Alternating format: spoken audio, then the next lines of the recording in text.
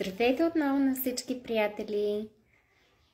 Днес ще си говорим за колаген, лепилото в човешкото тяло.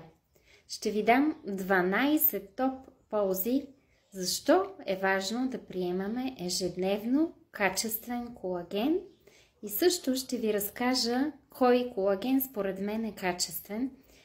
Колаген е основен протеин в човешкото тяло, който изгражда цялата съединителна тъкан, мускули, хрущяли, сухожилия, артериите, довежда до около 25 годишна възраст, после постепенно производството спира и ако не си го набавяме отвън, което само чрез храната няма как да се случи, тогава започваме да губим по около 1% на година. Кои са топ ползите? Първа полза – намалява болките в ставите.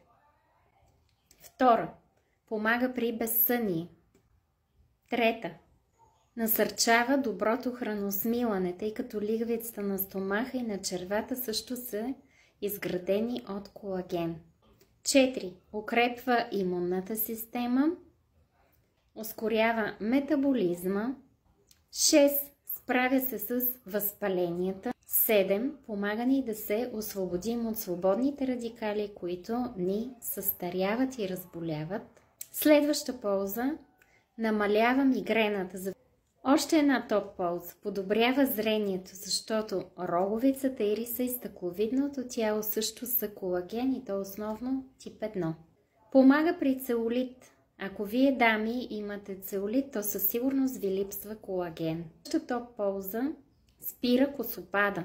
Още една полза, която е важна за всички нас, жените – намалява бръчките. Колагена ще ви помогне те плавно да се заличат, кожата да стане еластична, мека, гладка и да промени дори цвета си. Помага за всякакви кожни проблеми. Акне, белези, обриви, петна, независимо дали са слънчеви или старчески, микози, дори дерматит. Аз избрах един колаген, който според моите критерии е много качествен.